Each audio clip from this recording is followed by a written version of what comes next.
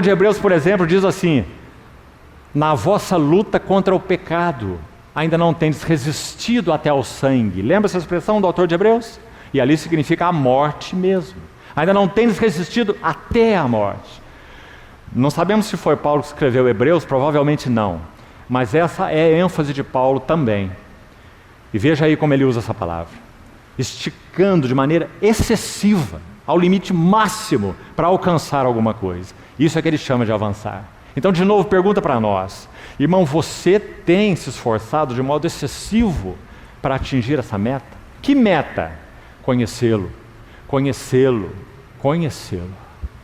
Mais intimamente, mais profundamente. É isso. Não é meta para fazer mais, para pregar mais, para ensinar mais, para ser mais útil. Para conhecê-lo, amá-lo, segui-lo, ser dele, estar com ele. Esticando-me o mais possível, avançando. Então, vamos lá para a Epístola aos Coríntios. Tudo que nós podemos fazer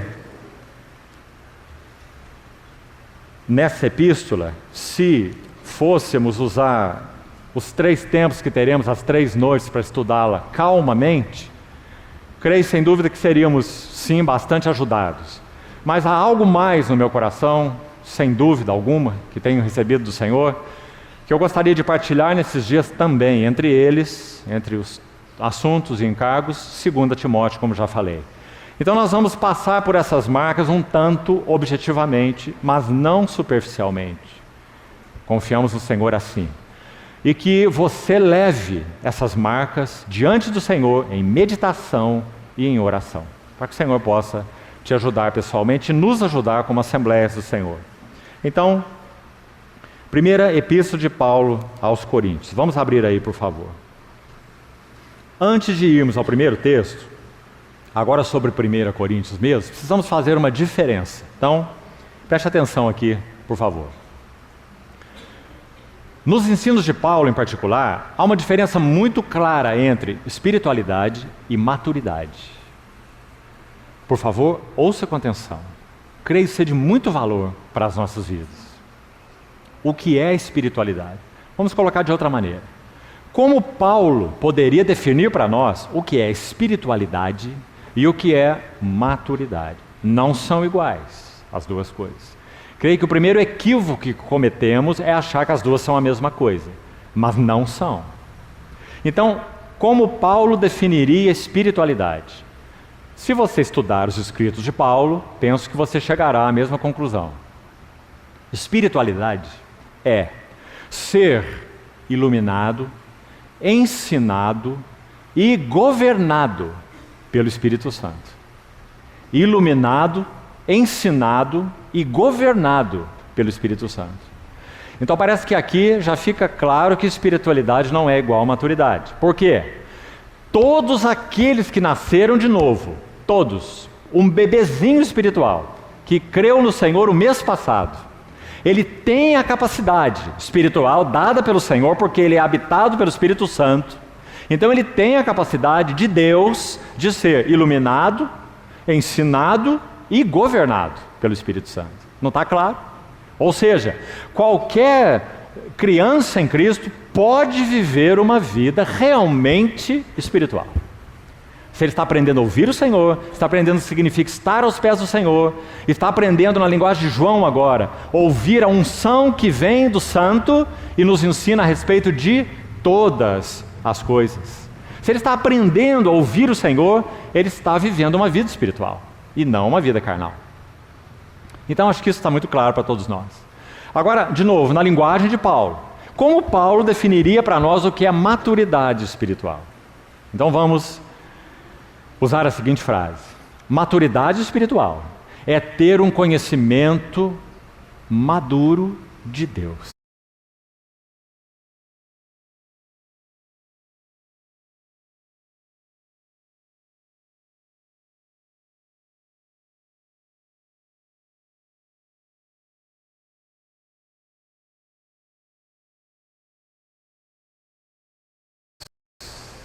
E um relacionamento maduro com Deus.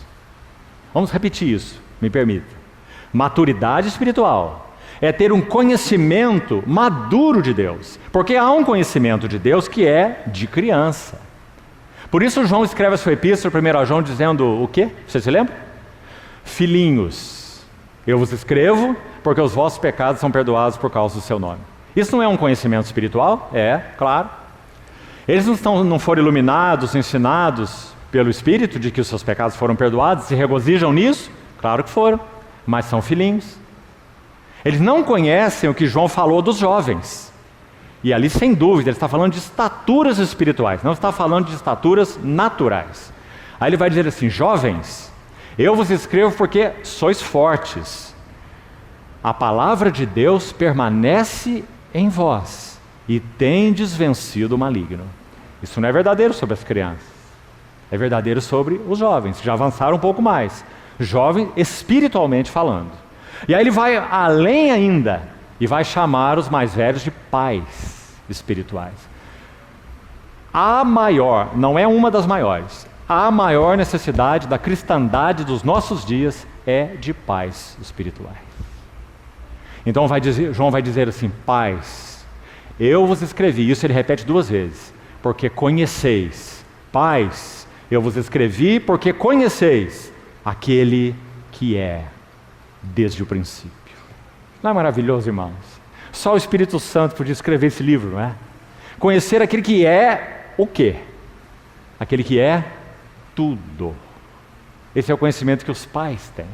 As crianças não. As crianças não sabem que aquele seu pai natural é, entre aspas, tudo, não é?